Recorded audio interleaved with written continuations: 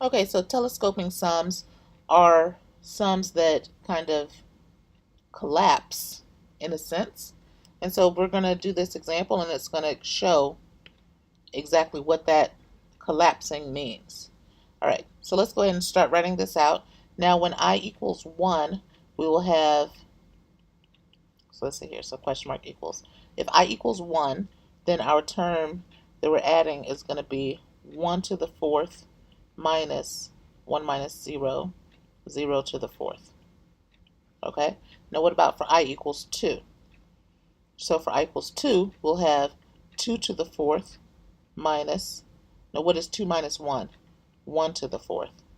I equals 3, we'll have 3 to the fourth minus 2 to the fourth plus dot dot dot. We're going to keep on doing this. We'll stop at n. So I have n to the fourth minus n minus 1 to the fourth. Okay, and so just as a refresher, this was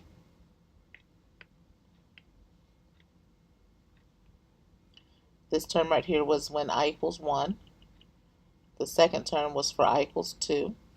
The third term, I equals 3. And this is the term for I equals n. So now just to help us out, what is the term that we would have? What's the term for I equals n minus 1, right? It would be n minus 1 to the fourth power plus n minus 2 to the fourth power. Okay, so that's kind of in there as well. Now if we rewrite this sum, we're going to get that question mark equals,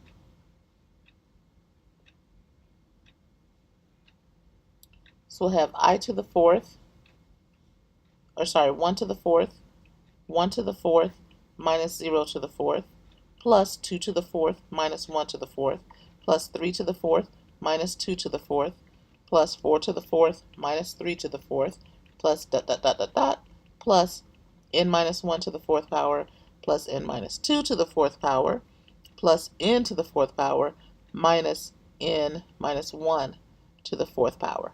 I think I made an error here. That should be minus.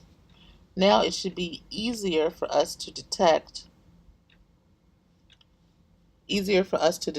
terms canceling out and to detect terms so that the resulting sum collapses. Okay, so let's see here. So this negative 2 to the fourth and 2 to the fourth, positive 2 to the fourth cancels out. 1 to the fourth is going to cancel out with negative 1 to the fourth. 3 to the fourth is going to cancel out with negative 3 to the fourth. Something's going to cancel out with 4 to the fourth, right? Because when we have our 5 to the fourth minus 4 to the fourth, that 4 to the fourth is going to cancel out. What's not going to cancel out?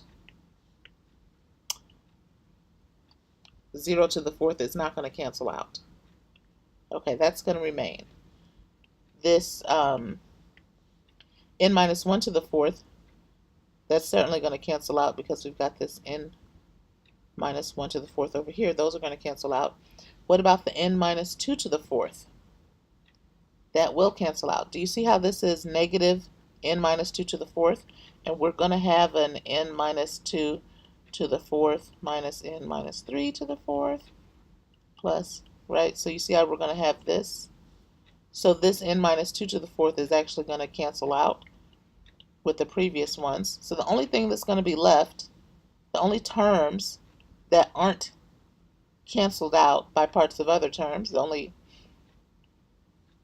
terms we'll have remaining are these two terms. So our answer is going to be n to the fourth. Let's do another example. Okay, I equals 1 to 100. 5 to the I minus 5 to the 1 minus I. Let's go ahead and get started. When I equals 1, we'll have 5 minus 1. When I equals 2, we'll have 5 squared minus 5. When I equals 3, we'll have 5 cubed minus 5 squared, then plus 5 to the fourth minus 5 cubed, plus dot dot dot, plus 5 to the, let's start at 98, right? 5 to the 98 minus 5 to the 97th, plus 5 to the 99th, power minus 5 to the 98th power plus 5 to the 100th power minus 5 to the 99th power. Now the reason why I like to do a few terms in the beginning, where I like to do a few terms in the beginning and a few terms at the end, beginning and end referring to when we start and stop counting. The reason why I like to do that is because it helps me to figure out the pattern. Sometimes these telescoping sums can be tricky, and it's not always the case that the first term and the last term are going to remain. It might be that you're skipping terms, right? So it's important to at least write out a few terms in the beginning and the end so that you can actually see the pattern. Okay, so now let's go ahead and we'll set equals. Let's get ready to, this is my favorite part, canceling out. That's the part I like. I feel like I'm accomplishing something. All right, minus 5 plus 5. 5 squared and negative 5 squared. 5 cubed and negative 5 cubed. The 5/4 is going to be canceled out by whatever comes afterwards. 5 to the 98th, that's going to be canceled out. The 97th is going to be canceled out by something from over here, so I can get rid of that. 5 to the power of 99 is going to be canceled out, and I'm left with negative 1 plus 5 to the 100th power. So that would be my answer. 5 to the 100th power minus 1. Okay, now let's look at this third one here. For the third one, we'll have the sum is equal to a1 minus a sub 0 plus a2 minus a sub 1 plus a3 minus a sub 2 plus dot dot dot plus a n minus 1 minus a n minus 2. This right here is where students get tricked, because this is for when I equals n minus 1. So if I'm supposed to plug in I equals n minus 1, then I should get a sub n minus 1 minus a sub n minus 1 minus 1. So that's how I was able to get a sub n minus 2. And then my last term is going to be when I equals n, because I stop, right? I start at 1 and stop at n. I'll have a sub n minus a sub n minus 1.